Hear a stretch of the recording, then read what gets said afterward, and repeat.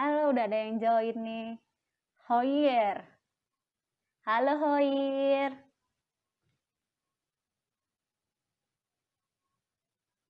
Udah ada Tiara Aziza. Assalamualaikum. Firda, Fadil.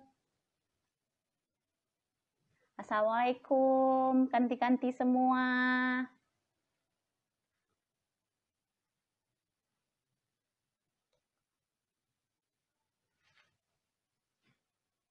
Pada banyak yang antusias nih ternyata ya. Belum jam 4 udah pada lihat ini nih. Dari angkatan berapa nih? Hair, Fadil, Firda, Tiara. Halo Dokter Albi.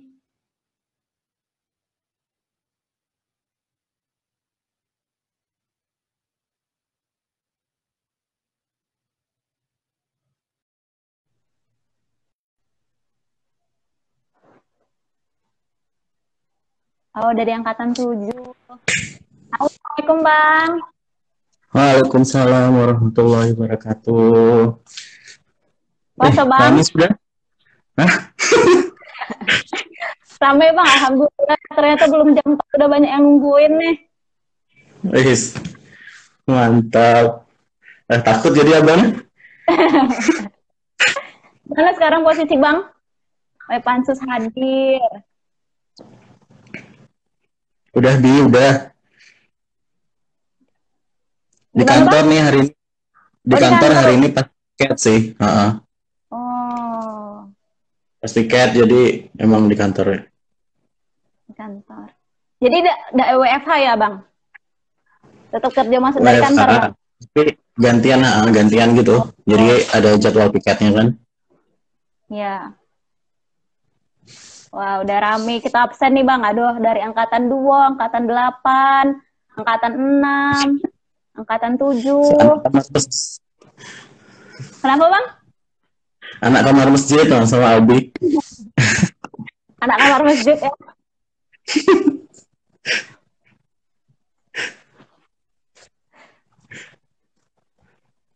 Ini kita kemarin udah buka Q&A Bang, ternyata banyak juga yang bertanya. Banyak yang Nah antusias itulah nih kayak. pusing banyak pula.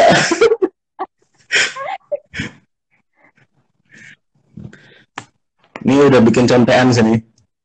Bisa lagi Waduh, yakin lah katanya. Abang kan udah pro. Ini ada Kak Sarisi, ada Erita. Amin yang udah pada gabung.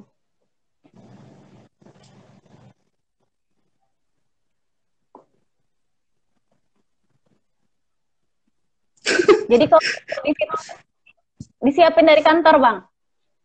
Apa deh? Kalau buko di sana disiapin dari kantor. Tidak, agak selesai ini. Ini sebenarnya udah jam balik sih. Oh Cuman kan gitu. gue kalau balik dulu.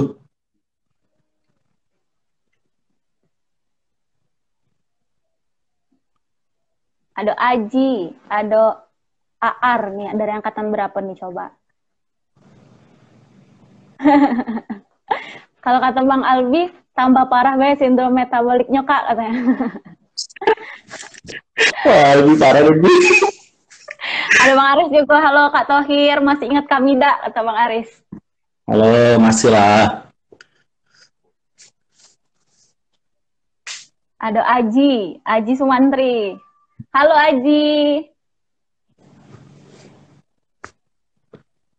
Halo Ji. Angkatan berapa nih Haji? Nah, Bang Bobi juga dari angkatan 3 nih. Kalau Bobby tahu, Bobby.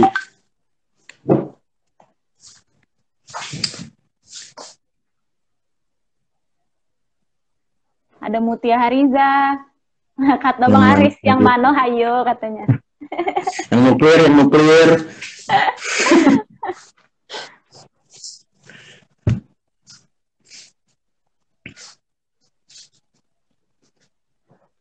Enam menit lagi baru kita mulai ya. Kita banyakin dulu pasukannya nih. Udah 12 orang. Waduh, dipuji sama Kak Aris, terharu lah kami.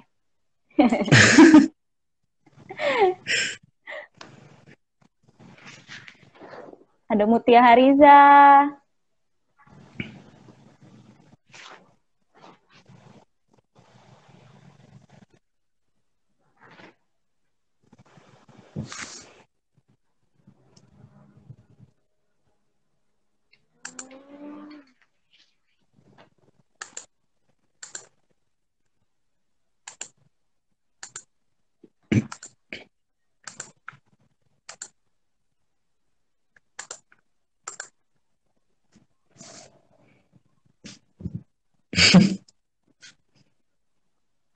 Ceritanya tuh hanya cantik sama kasih. Pekalongan. Pekalongan.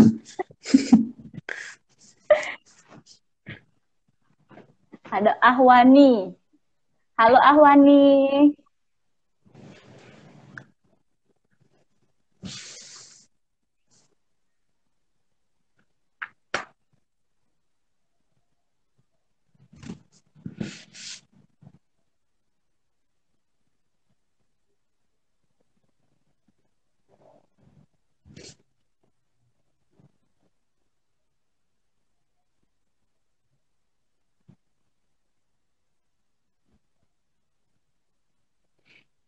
Gue belum mulai lah nanya. Iya, Teguh semangat sekali ya. Belum dibuka udah nanya, mantap.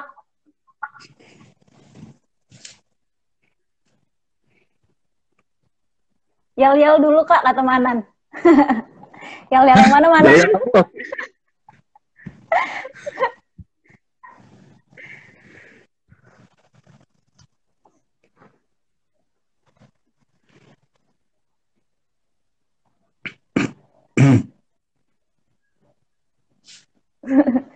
Teguh langsung gas.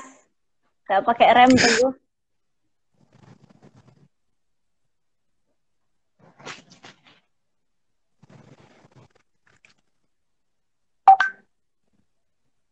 Oh, yang Wah, tetap semangat. Oh, tetap semangat. Oh, bolehlah kenalan bersama. Oke.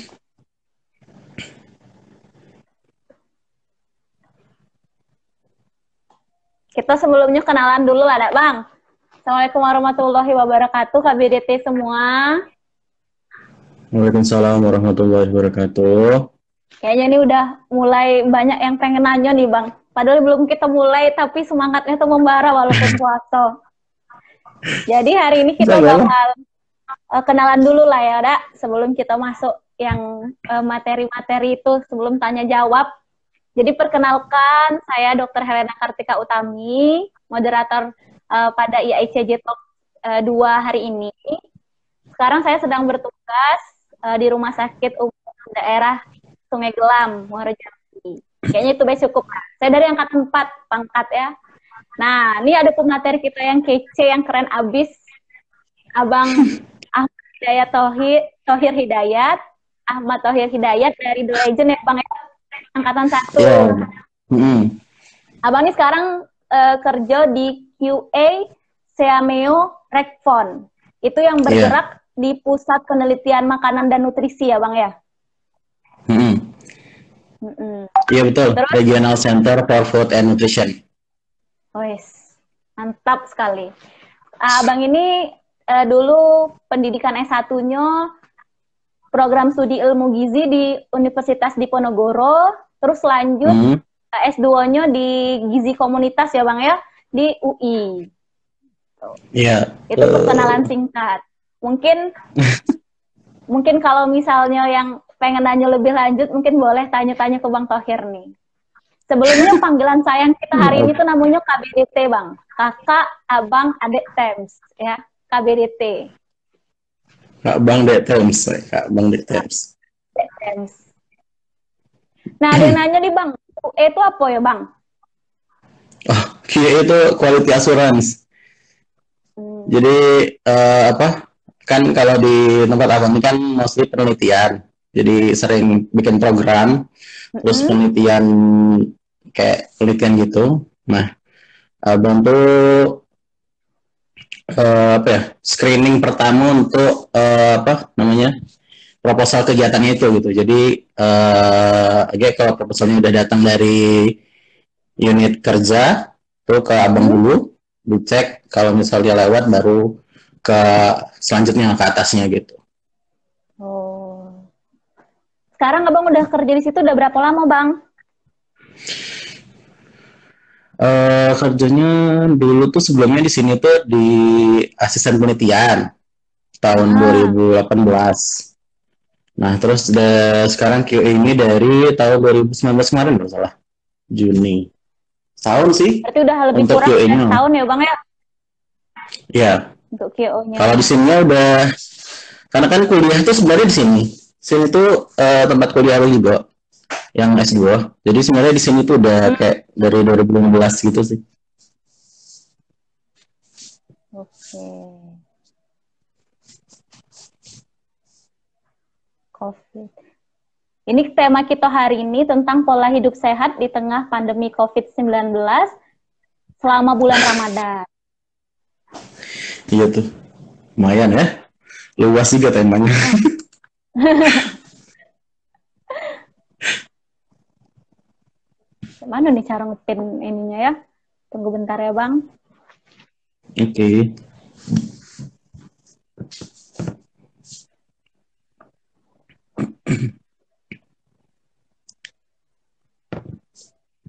Oke, nah ini tema kita hari ini. Bagi KBDT yang baru gabung, tema kita hari ini adalah pola hidup sehat di tengah pandemi COVID-19 selama bulan Ramadan. Nah, tadi kita udah kenalan. Ini udah ada abang kita yang pemateri hari ini, Bang Ahmad Thohir Hidayat dari The Legend. Ini kayaknya kita udah mulai rame juga nih. Ada Bang Eko, udah ada Agung, Muhammad Ziyad, terus ada M. Rizky Budiman. Wah, udah banyak nih. Sapa-sapa dulu lah. Dari angkatan 1 nih ada Kak Vivi, Bang. Ya, happy.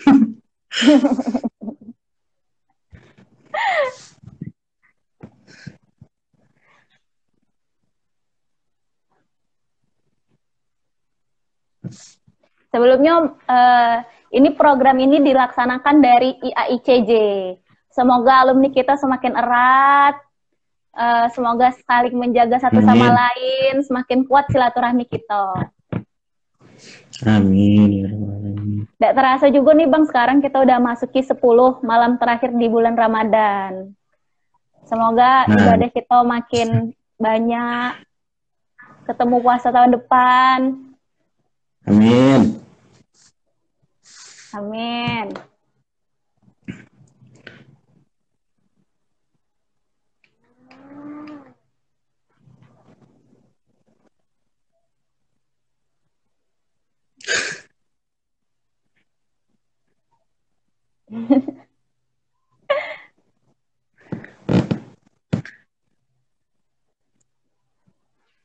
Semoga kawan-kawan KBDT yang belum bisa pulang, semoga tetap aman di tempatnya, dimanapun berada, tetap jaga kesehatan. Ada yang nanya nih, dapat takjil gak nih? Aku Takjilnya sama tuh, nggak bisa online. pulang tuh. Nggak bisa balik juga tuh dia tuh.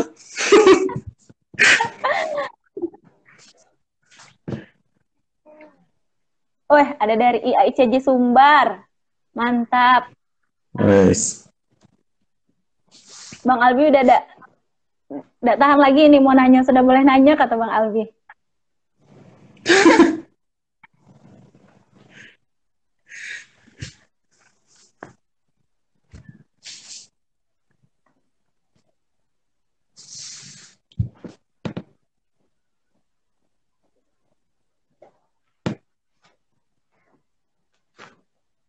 Biasanya kalau puasa-puasa gini, kalau di Cendikia dulu dapat takjil nih di depan serambi masjid.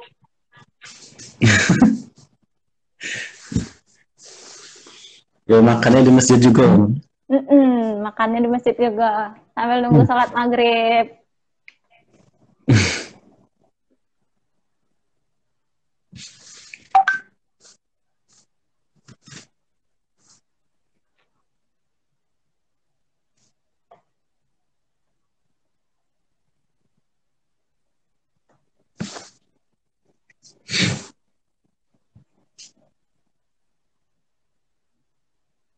Yuk,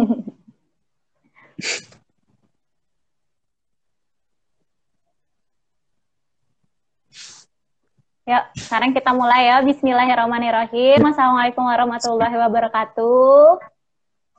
Waalaikumsalam warahmatullahi wabarakatuh. Tadi kita udah kenal-kenalan dikit ya. Sekarang kita ulang lagi. Alhamdulillah hari ini terlaksana IAICJ Talks volume kedua dengan tema pola hidup sehat di tengah pandemi COVID-19 selama bulan Ramadan. Nah, kemarin kita juga udah buka nih Q&A mengenai tema hari ini dan cukup banyak ternyata peminatnya. Cukup banyak yang tertarik tentang tema ini, Bang. Tadi udah dikenalin secara singkat. Saya dari Angkatan 4 dan juga ada Bang Thohir dari Angkatan 1. Nah, udah boleh nih Bang, kita sharing-sharing Bang tentang tema kita hari ini, Bang. Oke, kita mulai sharing, mungkin nggak usah lama-lama lah ya. Kita tanya jawab ya, yang lama. Banyak kayaknya pertanyaannya. Jadi, oke. Bismillahirrahmanirrahim. Assalamualaikum warahmatullahi wabarakatuh. Waalaikumsalam. Nah, ini salam semua KBDT semuanya ya. Dari Angkatan 1 sampai Angkatan berapa lah yang ada di sini.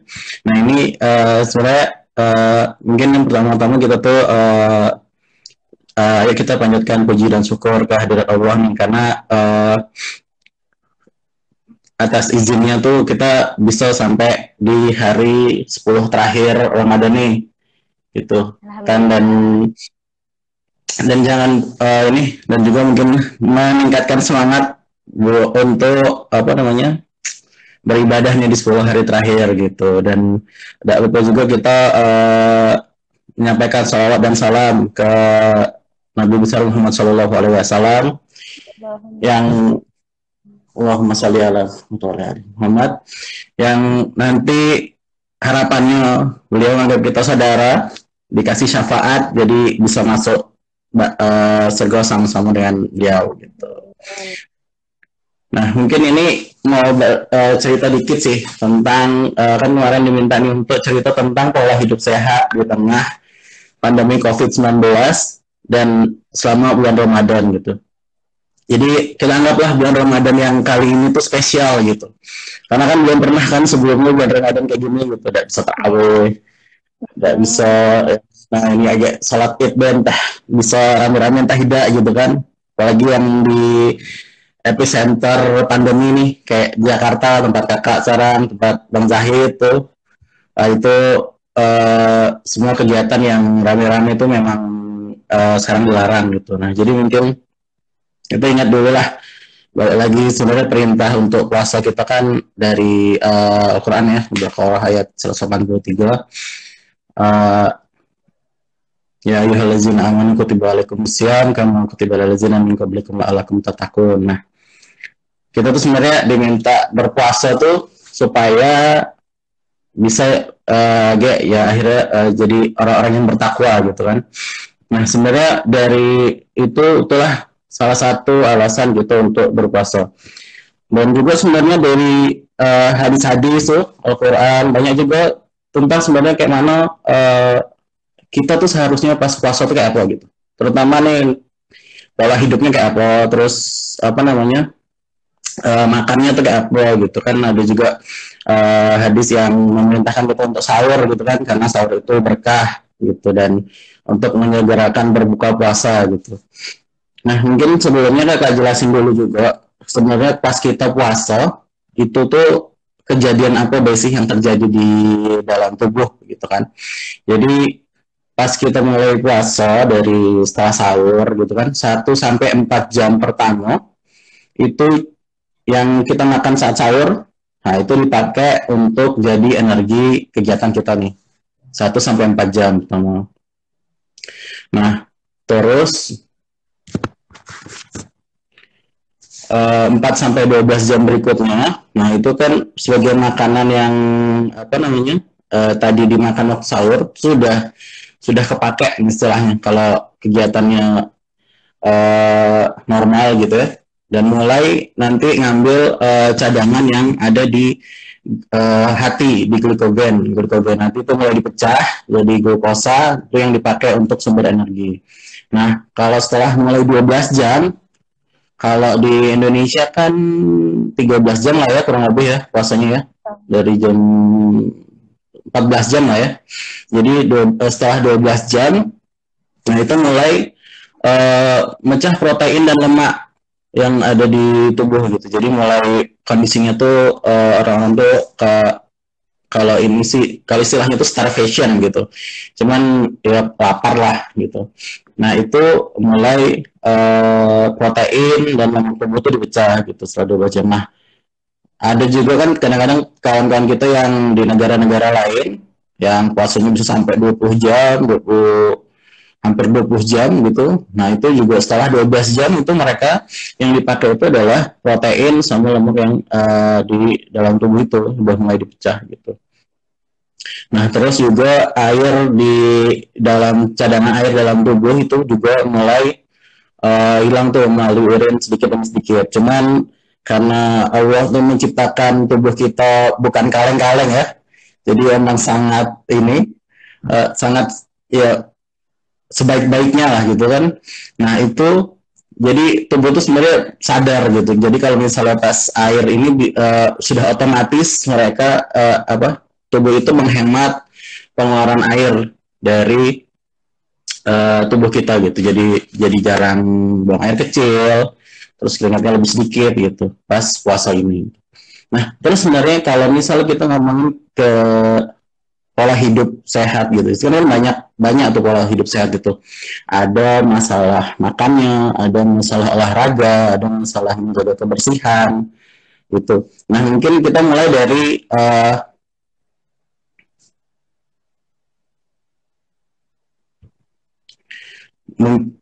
mungkin kita mulai dari ini apa namanya gizinya seimbang dulu. Oh sorry nih, ada yang ngingetin kakak. Starvation itu dia tuh range sebenarnya mulai dari 12 sampai 14 jam sih. Jadi tergantung kondisi tubuh, tergantung kegiatan juga sehari-hari. Jadi mulai dipecah protein sama lemak itu mulai antara 12 sampai 14 jam gitu. Jadi kalau misalnya orangnya aktif itu mungkin 12 jam sudah mulai kondisi seperti itu kayak gitu. Kalau misalnya ya termasuk kaum yang lagi ngetren sekarang, kaum berbahan mungkin 14 jam gitu baru mulai kondisi starvation itu gitu. Nah terus kita mulai balik lagi ke gizi seimbang saat puasa. Nah sebenarnya tuh kalau dibilang sih tidak ada perbedaan antara gizi seimbang saat tak puasa sama saat puasa.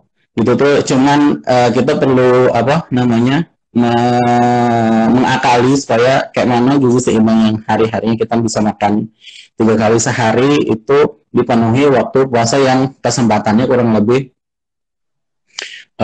sahur sama pas buka gitu kan.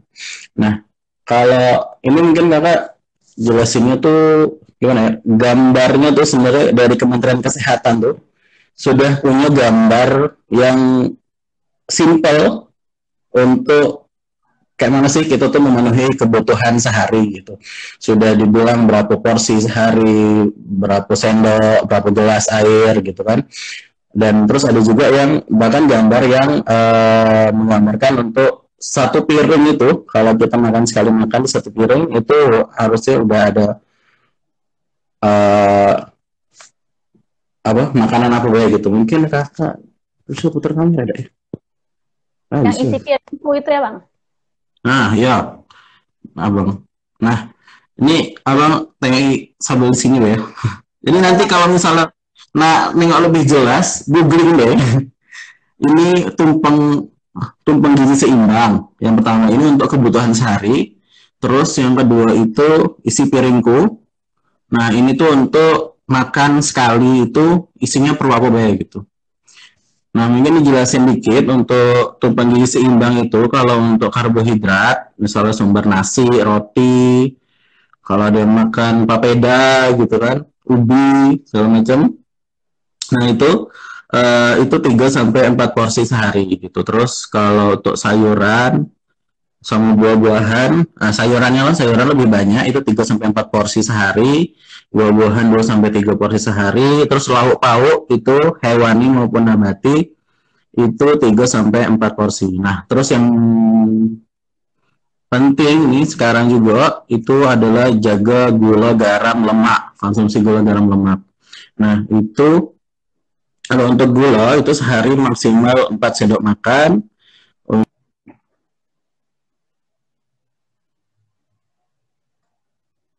Ya, Bang.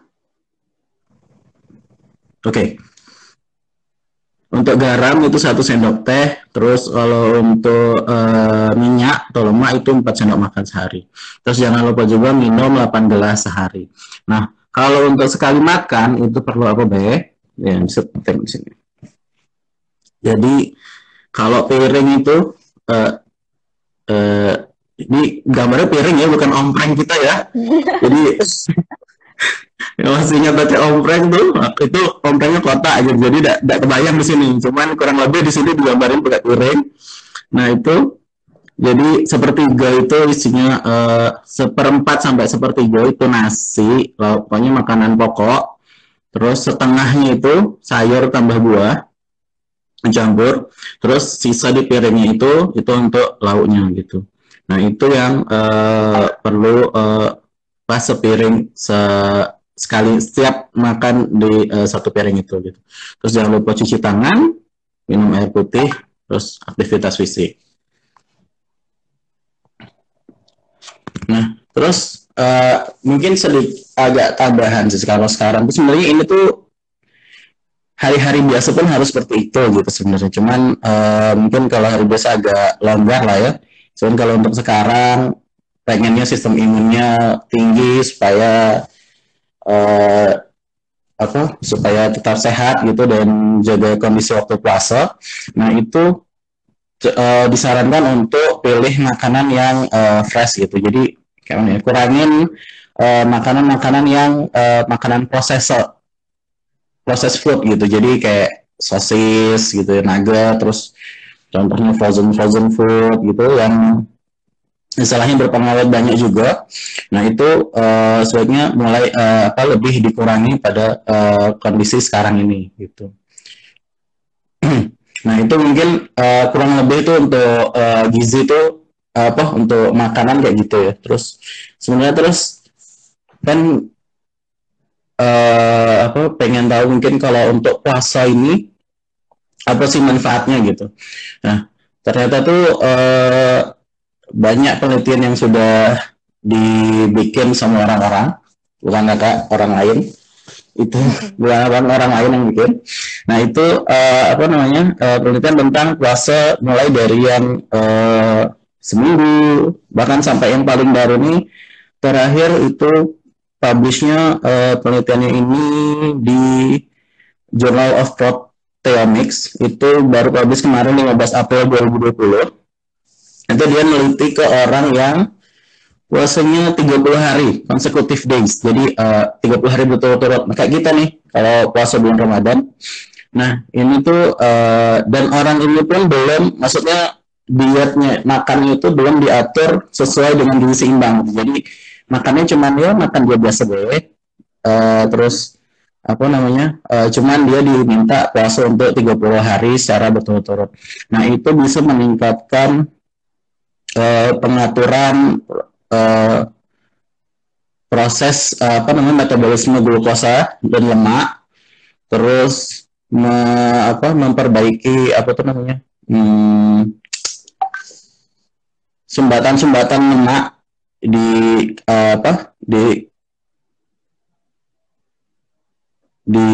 pembuluh darah. Nah, terus ada perbaikan DNA, kemudian terus meningkatkan sistem imun dan fungsi kognitif gitu pada orang sehat.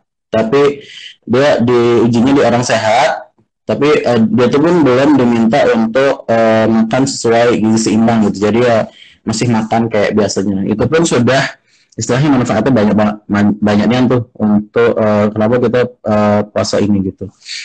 Terus nah, terus yang penting untuk di puasa ini kan kita minum tuh keadaan puasa ini bikin dehidrasi gitu ya. Jadi kan kita dianjurkan untuk sehari sebenarnya itu 8 gelas sehari minimal gitu. Kalau lebih tidak apa-apa juga sih gitu. Jadi minimal 8 gelas sehari. Nah untuk sarannya itu minumnya kapan baik? Itu yang pertama 2 gelas pas sahur, terus 4 gelas antara maghrib sampai isya, terus tambah 2 gelas lagi sebelum tidur. Jadi itu 18 gelas minimal. Cuman kalau misalnya bisa lebih, itu lebih bagus lagi sih gitu. Cuman ya jangan terlalu banyak juga gitu. Dan itu untuk tetap menjaga hidrasi tubuh kita sehari-hari. Nah, kalau misalnya yang minuman yang perlu dihindari itu sebenarnya waktu sahur sih banyakan. Jadi kalau untuk sahur itu lebih baik tidak minum teh, kopi, soda gitu karena memang yang minum-minum yang kakak sebut tadi itu dia memicu untuk dia tuh bentuknya diuretik namanya. Jadi untuk memicu untuk pengen buang air kecil gitu. Jadi malah bikin tambah haus, malah bikin pengen pipis. Kalau minumnya pas sahur gitu, jadi lebih baik jangan pas sahur. Nah, kalau misalnya pas buka masih tidak apa-apa sih untuk minum itu. Gitu. Cuman perhatiin juga gula yang dipakai untuk minuman itu. Gitu. Jadi ini yang dua hal yang perlu kita perhatiin, waspadain waktu puasa ini itu konsumsi gula sama lemak sama minyak. Nah ini enak nih buka puasa makannya gorengan nih. Minumnya es buah. Ini gelas-gelas biji-biji gorengannya. Nah itu yang kadang-kadang bikin yang tanpa kita sadari bikin konsumsi kita untuk gula dan minyak itu berlebihan gitu, dan jadi malah kalau itu naik, bahkan kadang-kadang ada yang sampai menyebabkan berat badannya meningkat yang berlebihan juga gitu, dan bahkan mungkin kalau paling jeleknya sih bisa nyebabin yang tidak diinginkan lah gitu, meningkat kadar lemaknya, meningkat dalam darah gitu kan. Nah terus apa lagi nih, jaga kebersihan. Nah ini penting nih, ini masa sekarang kayak gini nih yang lagi digembar-gembar ini untuk pencegahan itu, terutama cuci tangan pakai sabun tuh. Terus tiap ini jaga kebersihan rumah, cuci tangan pakai sabun, jangan lupa 7 langkah itu, kalau misalnya bingung cari di Google 7 langkah cuci tangan, dan minimal itu waktunya 20 detik gitu. Jadi kalau istilahnya aturan singkatnya tuh cuci tangan itu 7 langkah tadi diikutin 20 detik sampai kemana hilang gitu. Nah terus yang terakhir mungkin apa lagi ya? Ini aktivitas fisik ya selama puasa. Nah untuk selama puasa ini sebenarnya kemarin saya kakak ini kurang banyak tahu juga tentang aktivitas fisik selama puasa ini. Cuman kemarin kebetulan pernah ada ikut webinar, dia ngebahas tentang itu gitu. Jadi pematerinya tuh bilang untuk aktivitas fisik itu, ini sebenarnya kita tuh harus memahami tubuh kita sendiri gitu. Jadi paham perlunya tuh apa gitu. Jangan makso gitu. Jangan saking pengennya berotot gitu kan, lari tiap hari berkilo-kilometer padahal sampai istilahnya menyiksa diri, itu janganlah. Jadi sesuai kebutuhan ya gitu. Jadi misalnya yang tahu kondisi badan kita kan kita sendiri ya. Jadi sesuai dengan kemampuan kita lah. Terus ini juga disaranin untuk melakukan kegiatan sehari-hari sebagai olahraga ringan. Nah itu tuh ya kayak cuci piring, cuci baju gitu kan. Nah itu yang di rumah, yang bisa di rumah, yang lagi sama orang tua, atau bantulah ibunya, bantulah bapaknya tuh cuci piring, angkat-angkat apa kayak gitu kan. Nah itu juga termasuk kegiatan yang bisa dianggap sebagai olahraga ringan gitu. Terus kalau misalnya pengennya bentuknya olahraga, yang direkomendasiin sama pemateri itu waktu itu adalah yoga atau pilates gitu. Nah, kalau kita tuh juga mungkin bisa sekalian sholat tarawih ya, 20 rakaat gitu. 23 tambah witir ya, Bang? Tambah 3 tambah witir. Nah, 8 tambah 3 sama witir tidak apa-apa lah gitu. Itu mirip-mirip yoga lah itu kan. Itulah jadi salah satu alternatif untuk sebenarnya kita olahraga gitu kan. Nah, apa lagi? Nah, mungkin kalau untuk singkatnya sih, maksudnya kesimpulannya sih, yang pertama itu tentu untuk menerapkan gerakan masyarakat hidup dan sehat itu. Itu banyak sih dari Kementerian Kesehatan itu sudah menyebarkan ajakan itu gitu. Yang pertama untuk makan dengan gizi yang seimbang, bisa dicek di tumpeng gizi seimbang atau isi piringku tadi. Terus rajin olahraga, terus jaga kebersihan lingkungan, cuci tangan pakai sabun, jaga kebersihan intinya. Terus kalau sekarang ini kalau lagi batuk, sebenarnya sekarang kalau lagi keluar rumah sih gunakan masker. Terus minum air putih minimal 8 gelas sehari. Terus makan makanan yang dimasak sempurna, dan jangan mengkonsumsi makanan yang istilahnya hewan itu berpotensi mengeluarkan penyakit gitu. Tapi mungkin kalau kita yang muslim mungkin agak kurang lah ya beresiko untuk itu gitu, karena ada yang halal dan yang haram gitu kan. Nah, terus kalau misalnya merasa demam atau sesak nafas, kesehatan terdekat, terus tidak merokok. Itu mungkin kalau ada yang merokok nih di antara KBDT sekalian nih, nah itu mulai-mulailah diberhentiin lah gitu. Terus yang terakhir yang paling pentingnya juga nih, itu jangan lupa doa gitu, karena PB itu tetap ini ya, kuasa Allah lah ya di mana-mana ya, kayak manapun gitu. Jadi itu sih yang pentingnya. Terus mungkin nih kakak kemarin juga dapat berita sih ya, kita harapannya insya Allah ini semuanya tuh tetap cepat berakhir gitu, yang kayak gini, yang Amin. Sekarang kondisi spesial ini. Cuman mungkin ada yang pernah dengar kabar kalau ada yang institusi yang memperkirakan kapan kondisi ini tuh selesai gitu. Nah, ada yang kemarin itu bilang September, insya Allah semuanya infeksi selesai. Kalau ada yang bilang juga Juni gitu. Cuman kita ya berdoa supaya cepat selesai semua. Nah, terus kemudian yang terakhir yang memang untuk kondisi sekarang nih kan, kalau misalnya memang tahu ada orang atau yang pasien untuk COVID-19, nah itu sebenarnya kalau untuk puasa sih, kalau misalnya dia tuh termasuk ke dalam OTG, nah itu oke untuk puasa gitu, dipersilahkan untuk puasa karena tidak ada gejala.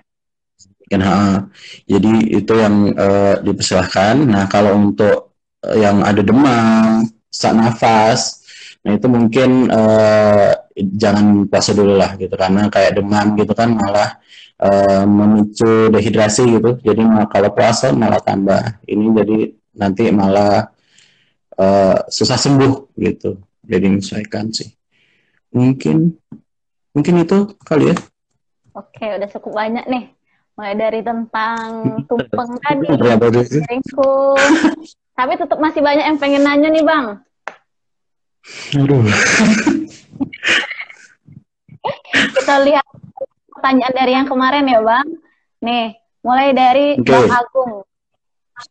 Tips pola hidup dan pola pikir untuk mengurangi stres dan rasa cemas berlebihan, Bang.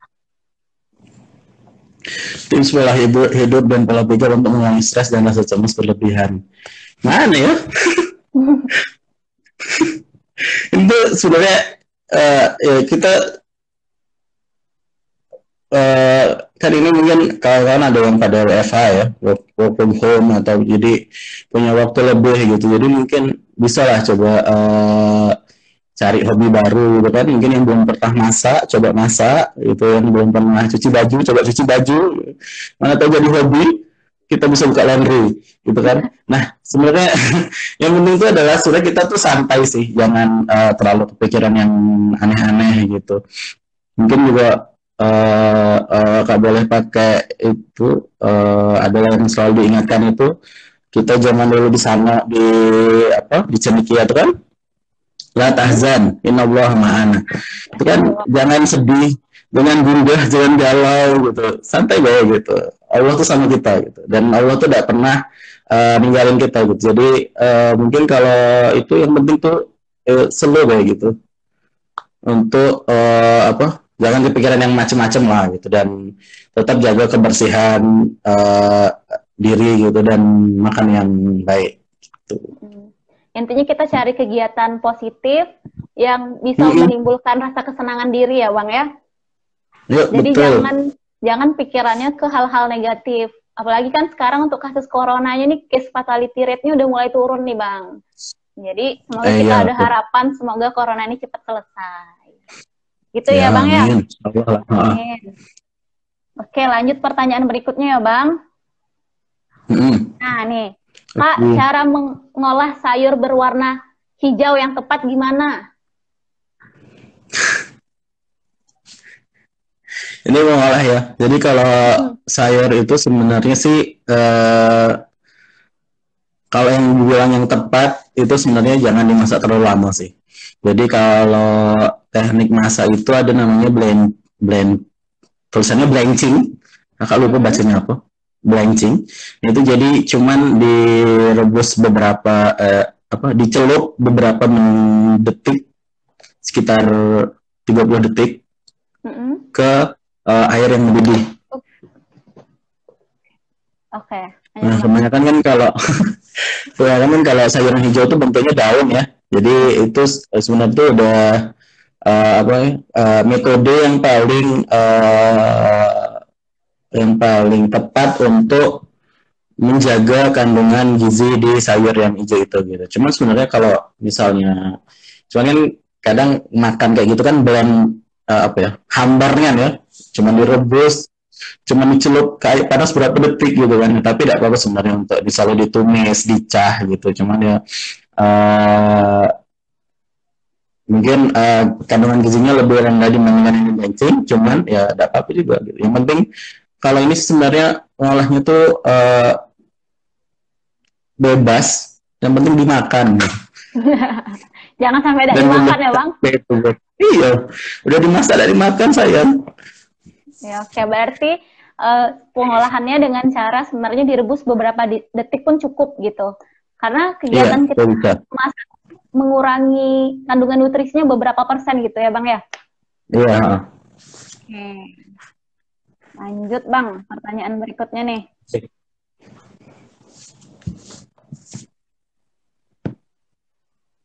Tips diet mana ya yang ini? Nah nih Bang, cara diet sehat gimana tapi imun tubuh tetap terjaga? Nah ini saatnya abang ngeluarin kata-kata mutiara lain nih. Apa ini itu, Bang? perlu kata mutiara yang lain gue lagi nih. Unzur makola wala tanzur makola ya. Ini abang perlu diet juga soalnya sebenarnya. Nah jadi sebenarnya kalau untuk yoga alhamdulillah abang ada. Cuman untuk praktiknya sampai sekarang masih susah. Jadi mungkin abang bisa berbagi ilmunya dulu ya. Nah untuk cara diet sehat itu kayak mana? Jadi sebenarnya untuk penaikan berat badan, penurunan berat badan itu tuh benar-benar tergantung kalori yang masuk ke badan dan kalori yang keluar dari badan gitu. Jadi yang benar-benar harus diperhatikan itu ya yang dimakan itu apa, terus aktivitas fisik sehari-hari itu kayak apa gitu. Jadi kalau misalnya aktivitas fisiknya rendah, nah itu ya cobalah jangan makan yang terlalu banyak gitu. Istilahnya kurangin gorengannya, terus yang tinggi-tinggi energi gitu sih. Nah, cuman ini agak maksudnya kalau secara verbal agak susah jelasin ya. Mungkin kalau ini bisa googling, cari kandungan kalori pada makanan gitu. Nah, itu sekarang sih alhamdulillah Google itu sudah banyak sih kandungan kalorinya itu. Jadi bisa ditengok sehari itu kita makan berapa sih. Itu yang harus diperhatikan.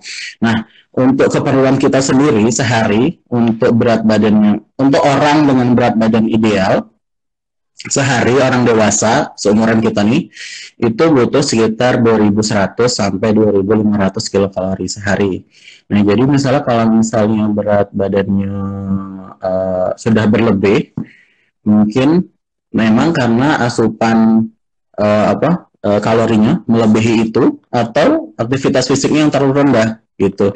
Nah, mungkin bisa diperhatikan untuk mulai diet dengan memperhatikan kalorinya itu dibatasi sekitar 2200, 2300, 2100. Nah, terus aktivitas fisiknya jangan lupa untuk olahraga minimal 30 menit 30 menit 5 kali dalam seminggu. Ya, betul. Nah, betul. 30 menit 5 kali dalam seminggu. Nah, itu untuk aktivitas fisik yang ringan ya, mungkin bisa jogging, bisa jalan cepat gitulah, pagi-pagi, jalan pagi atau sore juga dapat sih. Cuman itu lagi kalau zaman sekarang masa-masa kayak gini ya mau jangan lupa pakai masker lah ya untuk jaga-jaga sih kalau keluar-keluar gitu. Itu sih, terus ya jangan lupa tadi pola hidup sehatnya untuk konsumsi cairan air putih 8 gelas sehari. Nah, jangan juga dikurangi yang minuman manis-manis gitu. Soalnya kadang-kadang tanpa disadari itu sudah, soalnya satu botol minuman komersil yang manis itu sebenarnya udah melewati kebutuhan gula kita sehari gitu. Yang tadi kakak tunjukin waktu ditumpang gizi seimbang, itu kan gula itu 4 sendok makan. Nah, itu sebenarnya satu botol yang minuman manis komersil itu sudah manis rasa-rasa tuh itu sudah lewat tuh dari 4 sendok makan tuh gulanya tuh. Bisa ditengok di labelnya lah. Dia jujur sebenarnya, cuman kadang kita yang nggak nengok labelnya tuh gitu. Jadi itu yang harus hati-hati gitu. Oke gitu. Jadi intinya antara yang masuk sama yang keluar harus banyak yang dikeluarin gitu ya Bang ya. Betul. Oke, kita lanjut nih Bang. Oke. Efek kebanyakan rebahan ke fungsi kerja otak dan tubuh gimana ya kayak Kak? Gimana ngatasinya katanya? Kaum rebahan nih Bang yang nanya ini Bang. Sama gitu.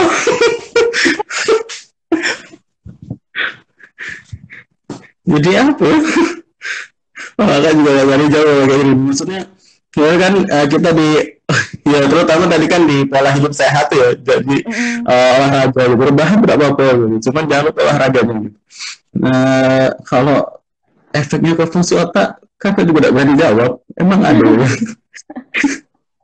Ya kalau rebahan bermanfaat gitu, rebahan sambil ngapal Quran, rebahan sambil baca buku apa gitu kan, asal otak gitu kan, mungkin ini gitu, pengaruh buruk gitu. Cuman kan ini tergantung lagi sih rebahannya sama ngapain gitu. Terus ya mungkin kalau bisa agak-agak dikurangi rebahan, aktivitas fisik. Rebahannya 2 detik duduk, setiap 2 detik duduk gitu kan, jadi sit up gitu kan.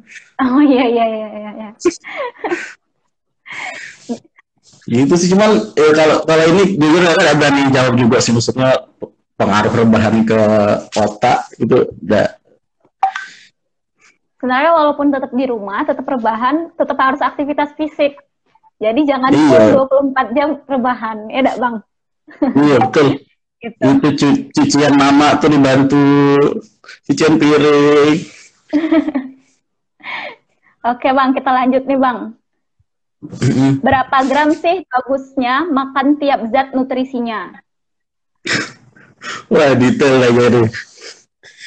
Nah, sebenarnya kalau makan kan susah loh untuk ngukur nutrisinya berapa gram gitu. itu yang tadi sih sebenarnya acuannya tuh tadi kalau misalnya ini googling deh untuk yang nanya nih tumpang gizi seimbang itu udah ada arahannya sehari dan itu udah hitungannya tuh hitungan yang gampang lah. Jadi udah takaran sendok, takaran piring gitu kan. Terus ya, yang sepiring itu harus berapa? Nah itu pakai yang isi piringku tadi. Nah itu kan Ya. sudah digambarin juga di piring itu seberapa perlunya yang apa namanya makanan pokok, sayur, buah, lauk gitu. Nah, coba kalau masih penasaran juga, nah berapa gram?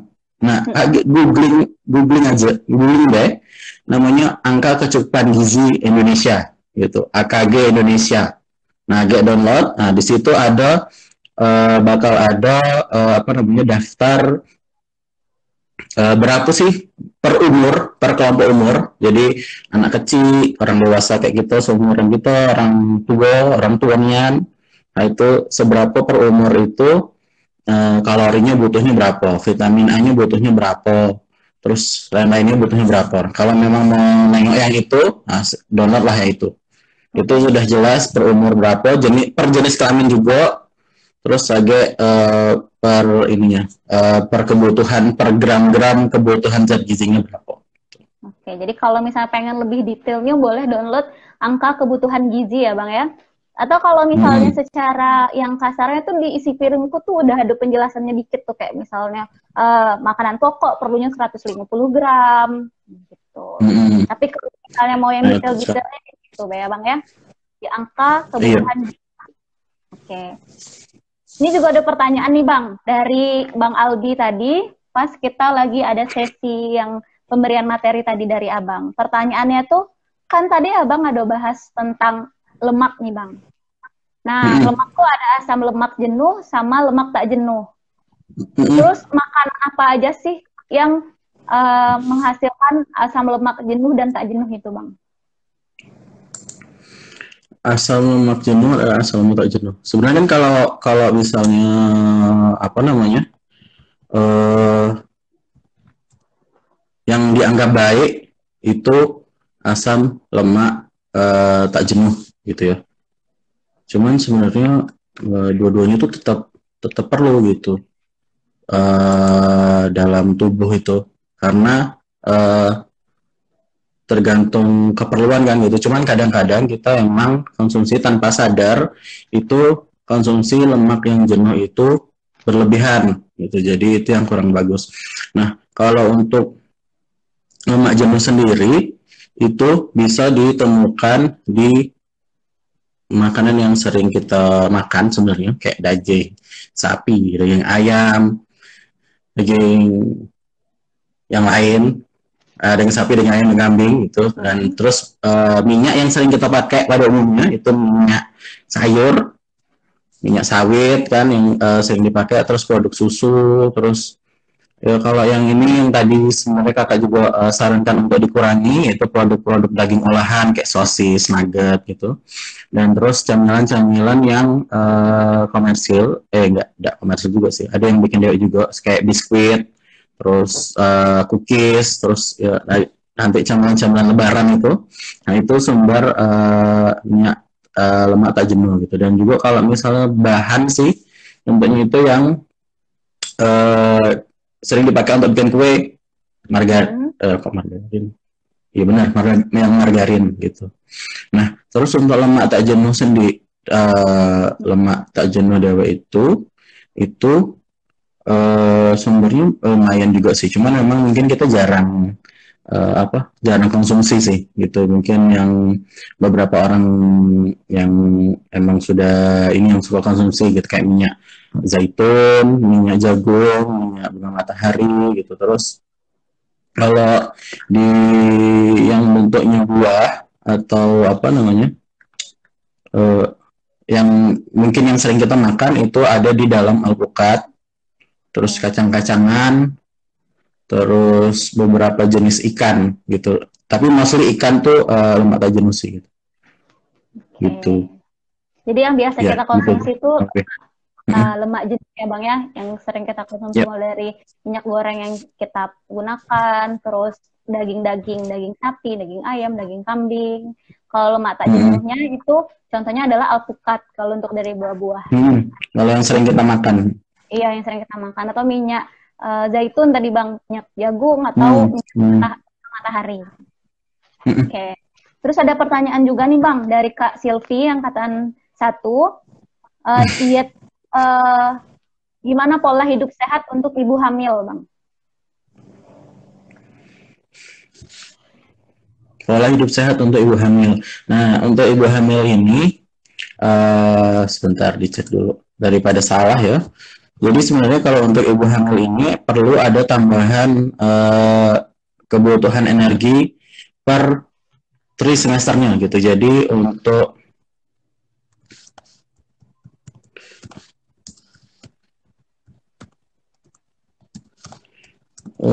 apa namanya? Kakak cek dulu daripada salah. Ya, boleh Bang.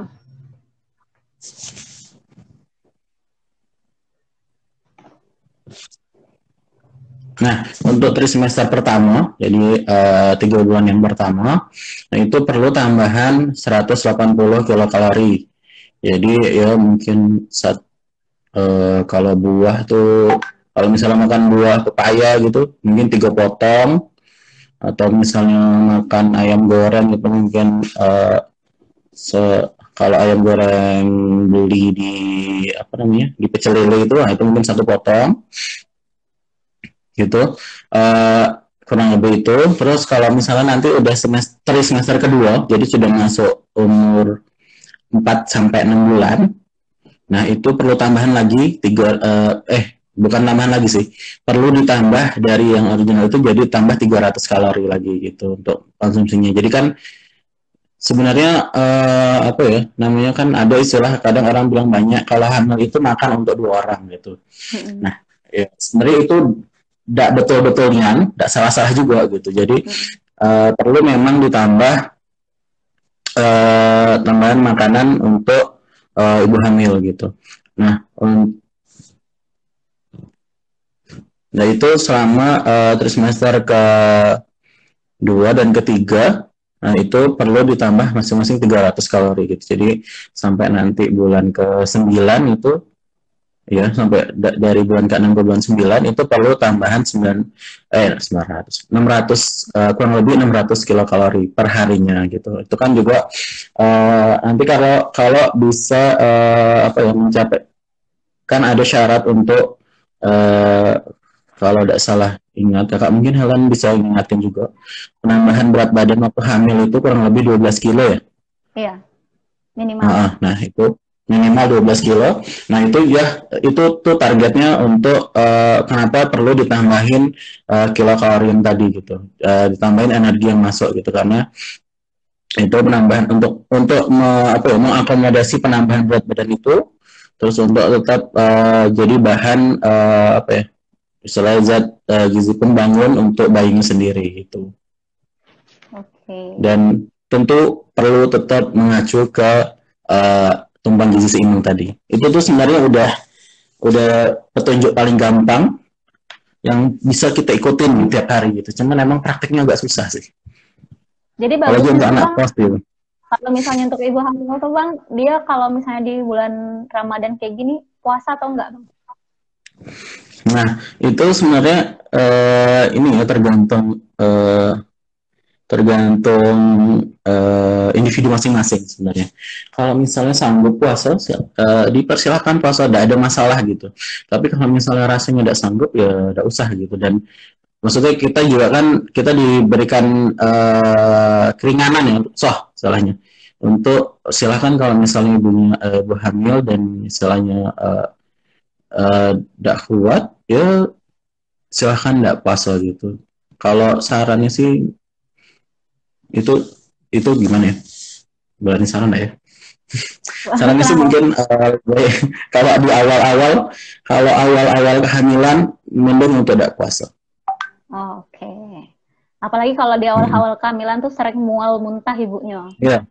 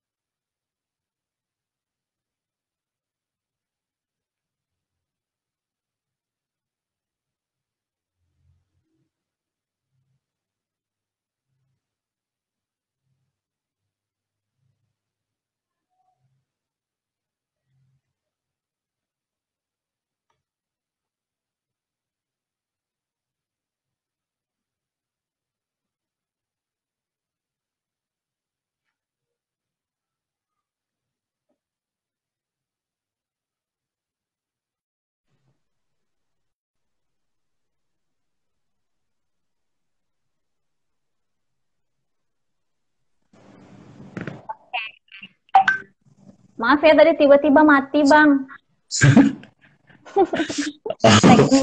Tadi kita bahas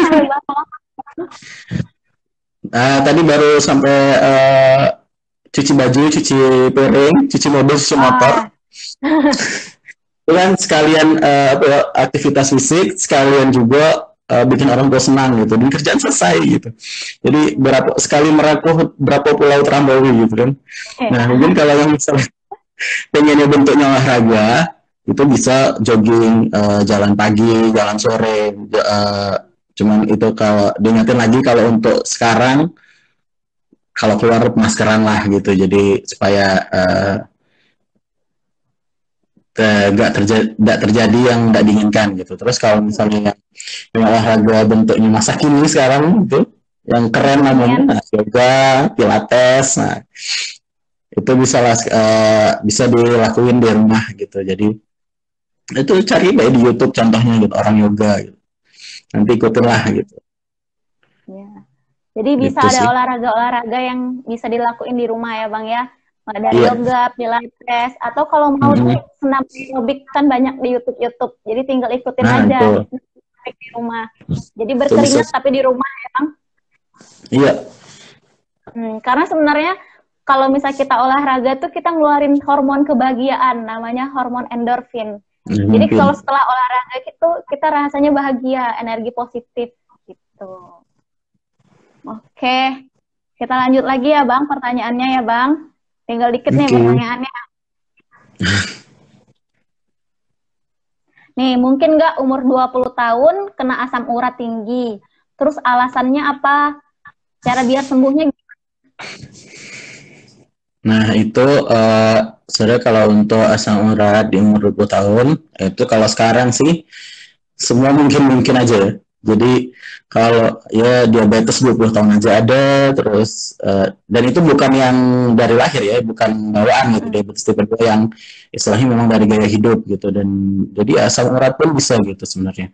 Nah, itu sebenarnya kalau secara gizi, dari sisi gizi dilihat itu adalah karena terlalu banyak kebanyakan konsumsi namanya purin gitu. Jadi purin ini yang terlalu banyak dikonsumsi, jadi menyebabkan asam urat itu.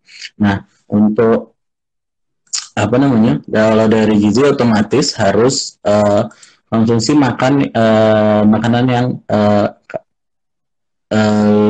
diperbanyak sayur dan buah gitu.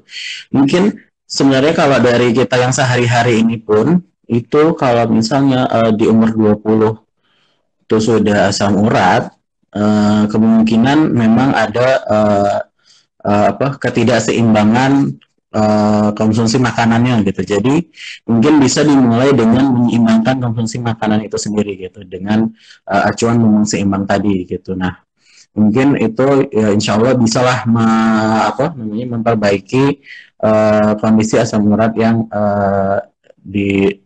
yang kena tadi gitu. Dan apalagi kalau misalnya ternyata sudah konsumsi gizi seimbang tapi masih lumayan tinggi juga, nah mungkin bisa mulai perbanyak konsumsi sayur-sayurannya gitu, dan mulai dikurangi konsumsi daging merah, kayak daging sapi, daging kambing, terus jeroan, terus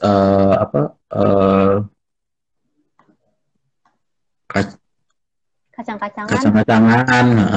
Nah, itu yang harus dikurangi untuk mencegah supaya itu tidak tambah parah gitu. Dan mungkin memperbanyak makan sayur dan buah tadi. Itu. Oke, gitu ya. Sebenarnya kalau misalnya untuk asam urat, itu tuh yang paling penting apalagi di usia remaja, maksudnya dewasa muda, itu pola makannya ya Bang ya. Jadi pola makannya yang diatur, itu yang paling penting. Karena kalau asam uratnya tuh terus berkelanjutan, nanti dia bisa nyebabin peradangan sendi. Jadi yang paling penting itu pengaturan pola makannya. Iya.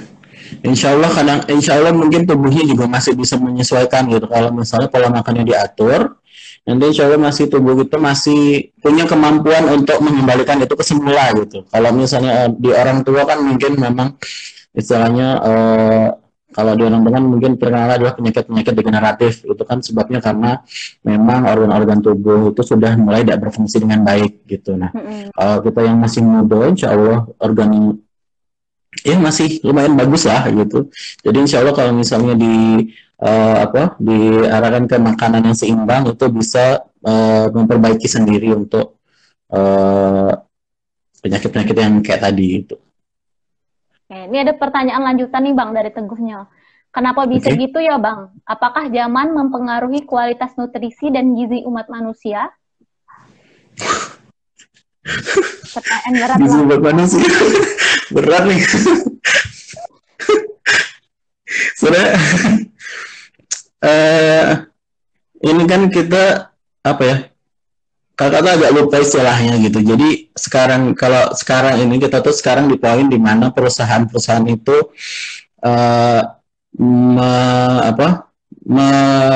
memproduksi super tasty food gitu. Orang tuh tidak peduli kontennya apa gitu. Yang penting rasanya enak. Yang penting rasanya enaknya dan bisa diterima orang-orang gitu. Nah sekarang mungkin beberapa negara, termasuk Indonesia juga mungkin sekarang sudah mulai shifting ke super tasty dan healthy food gitu. Cuman masih mayoritas di tempat kita nih, ya terutama yang zamannya pas sama kita nih ya, tahun 90-an, 2000-an. Nah ini tuh emang masih gencar-gencarnya orang di super tasty food ini. Nah itu isinya tuh bisa apa deh? Yang penting enak gitu. Jadi itu yang bisa itulah yang menyebabin, dan kita kan mostly pasti kalau pilih makanan yang enak gitu ya. Jadi dulu mungkin belum terpikir kandungan gizinya kayak apa gitu. Jadi kan itu yang tanpa kita sadari sebenarnya bikin kita kayak gitu. Bikin kondisi sekarang itu orang-orang banyak yang sakit yang tidak seharusnya umur segini itu malah sakitnya umur muda itu udah terima penyakit yang harusnya udah umur segitu gitu. Terus ya kalau contohnya contohnya tadi yang sudah kayak kakak sebut itu dalam satu botol minuman yang 250 mili yang cuman botol kecil itu itu sudah buahnya itu sudah melebihi kebutuhan sehari kita gitu. Jadi kalau kita minumnya 2 botol sudah lewat lagi 2 hari, sudah kelebihan 2 kali lipat, minum lagi 3 botol gitu. Terus kadang-kadang tidak terasa minum lagi entah jenis yang lain gitu, minuman yang beda lagi gitu. Apalagi Lebaran kan, datang ke rumah orang sini dapat ada bawa sebut merek ya. Dapat soda 1 gitu. Datang ke rumah sini dapat soda 2 gitu ya.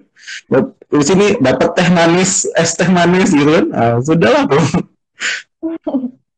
Jadi kalau biasanya pas habis lebaran tuh Bang baru berasa yang pas puasanya turun berat badannya baru seminggu udah lebaran udah naik lagi.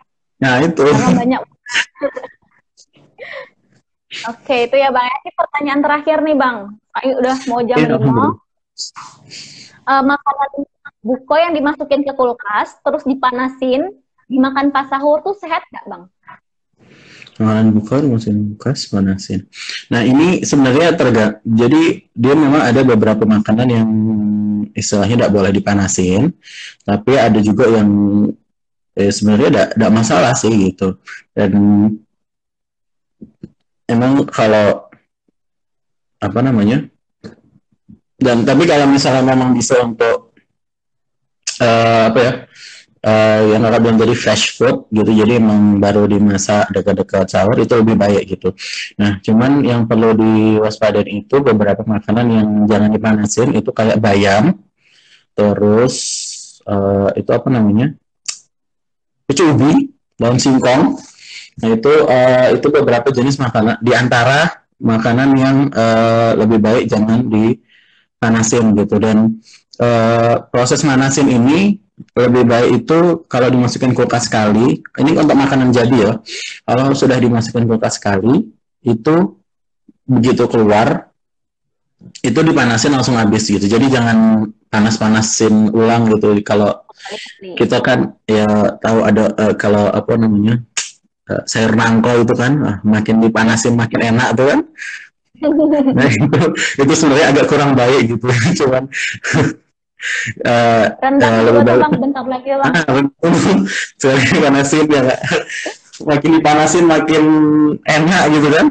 Nah itu yang kurang baik gitu. Jadi kalau misalnya yang apa namanya, misalnya punya lauk nih yang kira-kira emang nanti masih pengen dipanasin selanjutnya, jadi mungkin dipisah deh gitu. Jadi misalnya punya rendang, ini untuk anak kos, mungkin di rumah juga sih, punya rendang, masih kira-kira cukup untuk sahur besok sama buka besoknya lagi. Nah itu dipisah dulu, yang untuk sahur seberapa, yang untuk buka seberapa. Jadi agak pas mau manasin keluarin dari kulkas, itu ambil bae yang sesuai pasnya gitu. Jadi pas sahur ya ambil yang sahurnya bae, yang kulkas, yang untuk buka yang sudah di kulkas itu jangan dikeluar-keluarin gitu. Karena itu agak bakterinya hidup lagi gitu kan. Terus terpapar bakteri lebih banyak lagi gitu kan. Itu sih yang perlu diperhatiin gitu. Sama tadi bayam sama apa namanya, pucuk ubi Pucuk ubi. itu. Nah, jangan dipanasin. Jadi itu salah satu tipsnya ya Bang, setiap baru mau makan, itu baru yang dipanasin. Jadi sesuai porsi yang mau dimakan. Ini Bang, sedikit lagi pertanyaannya, singkat deh Bang. Ini ada pertanyaan dari Bang Meki Polanda. Kak, jengkol sehat gak pas puasa nih?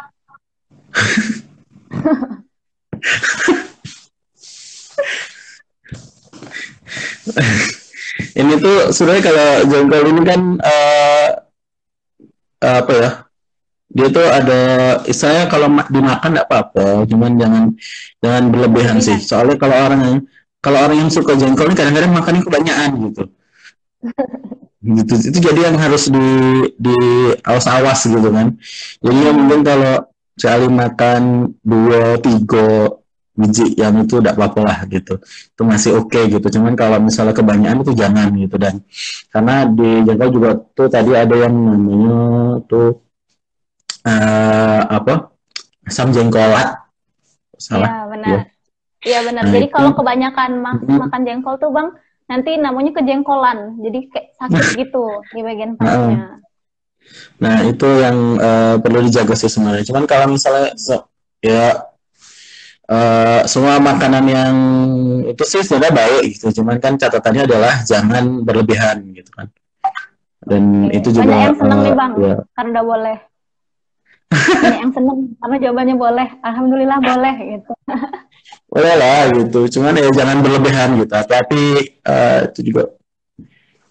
Oke, itu pertanyaan kita terakhir hari ini. Alhamdulillah. Tema kita hari ini tentang pola hidup sehat di tengah pandemi COVID-19 selama bulan Ramadan. Banyak peminatnya nih, banyak yang tertarik Bang. Alhamdulillah, dan juga alhamdulillah udah selesai. Jadi kesimpulan dari tentang hari ini itu menerapkan gerakan masyarakat hidup sehat, germas. Mungkin yang tumpah tadi Bang sama yang isi piringku nanti mungkin boleh di-share Bang. Karena itu sangat bermanfaat kan untuk kita semua gitu Bang. Dalam satu piring tuh harus berapa nasinya, harus berapa lauknya, itu sangat bisa diterapkan. Jadi kalau untuk yang gerakan masyarakat hidup sehat tadi, mulai dari tumpeng makannya tadi tuh kita tahu mulai dari karbohidrat, kemudian sampai ke lauk pauk, sampai berapa garamnya, gulanya, minyaknya, berapa yang harus kita konsumsi dalam waktu 1 hari. Kemudian ada isi piring juga tadi, itu yang harus kita lihat porsi makan kita. Terus olahraga, aktivitas fisik, itu minimal 30 menit selama 3-5 kali per minggu aktivitas fisik. Apalagi sekarang yang lagi di rumah, boleh melakukan aktivitas fisiknya di rumah. Kemudian cuci tangan, pakai sabun.